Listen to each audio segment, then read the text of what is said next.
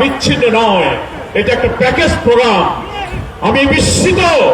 আমি স্বরাষ্ট্রমন্ত্রীকে আজকে বলেছি, গতকালকে বলেছি, ডিজিএফআই, ডিবি, এসপি, এনএসআই হাজার হাজার কোটি টাকার বেতন দিয়ে, রাজস্ব ট্যাক্স খাজনার পয়সা বেতন দিয়ে স্বাধীনতার 54 বছরে আপনারা মানুষের জাতিসত্তার জনগণের নিরাপত্তার জন্য একটি গোয়েন্দা তথ্য দিয়েও সাহায্য করতে পারেননি।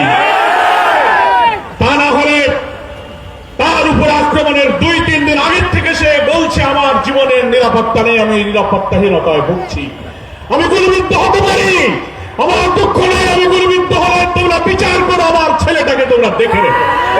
এত বড় কথা মিডিয়াতে, সোশ্যাল মিডিয়াতে, ইন্টেলিজেন্স সবাই জানার পরেও তার নিরাপত্তায় গোয়েন্দা সংস্থা কি ব্যবস্থা গ্রহণ করেছে? এই যে ইন্টেলিজেন্স ফেলিওরের জন্য সরকারকে জবাব দিতে হবে।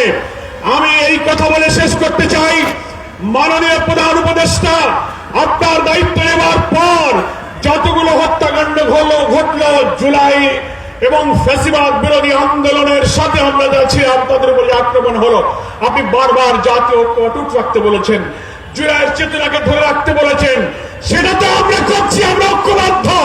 কিন্তু আপনার সরকার ব্যর্থ হয়েছে এই কারণে যে আপনি এত ফ্যাসিবাদের অস্ত্রধারী ধর্ষকদেরকে গ্রেফতার করতে পারেননি। আমরা আজকে দাবি জানাতে চাই, রাজধানী ঢাকা থেকে বাংলাদেশের গ্রামে গঞ্জে, শহরে, নগরে, বন্দরে প্রত্যেকটি থানায় আপনার পুলিশ অফিসাররা জানে সশস্ত্র অস্ত্রধারী কারা, তাদের তালিকা থানায় আছে, অবিলম্বে তাদেরকে গ্রেফতার করুন।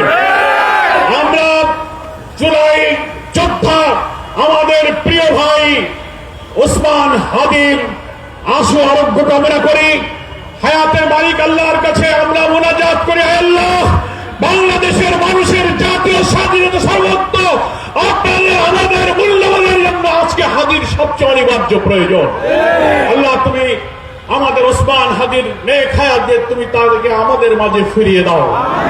আজকে ইনকিলাব মঞ্চের সঙ্গে বাংলাদেশ এসে দাঁড়িয়েছে, মনে রাখতে হবে নির্বাচনকে বানচাল করার প্যাকেজ প্রোগ্রামের মধ্য দিয়ে এই দেশকে ভারতীয় আধিপত্যবাদের করণ কার্য বানানোর এই চেষ্টা আমরা কখনো সফল হতে দেব না।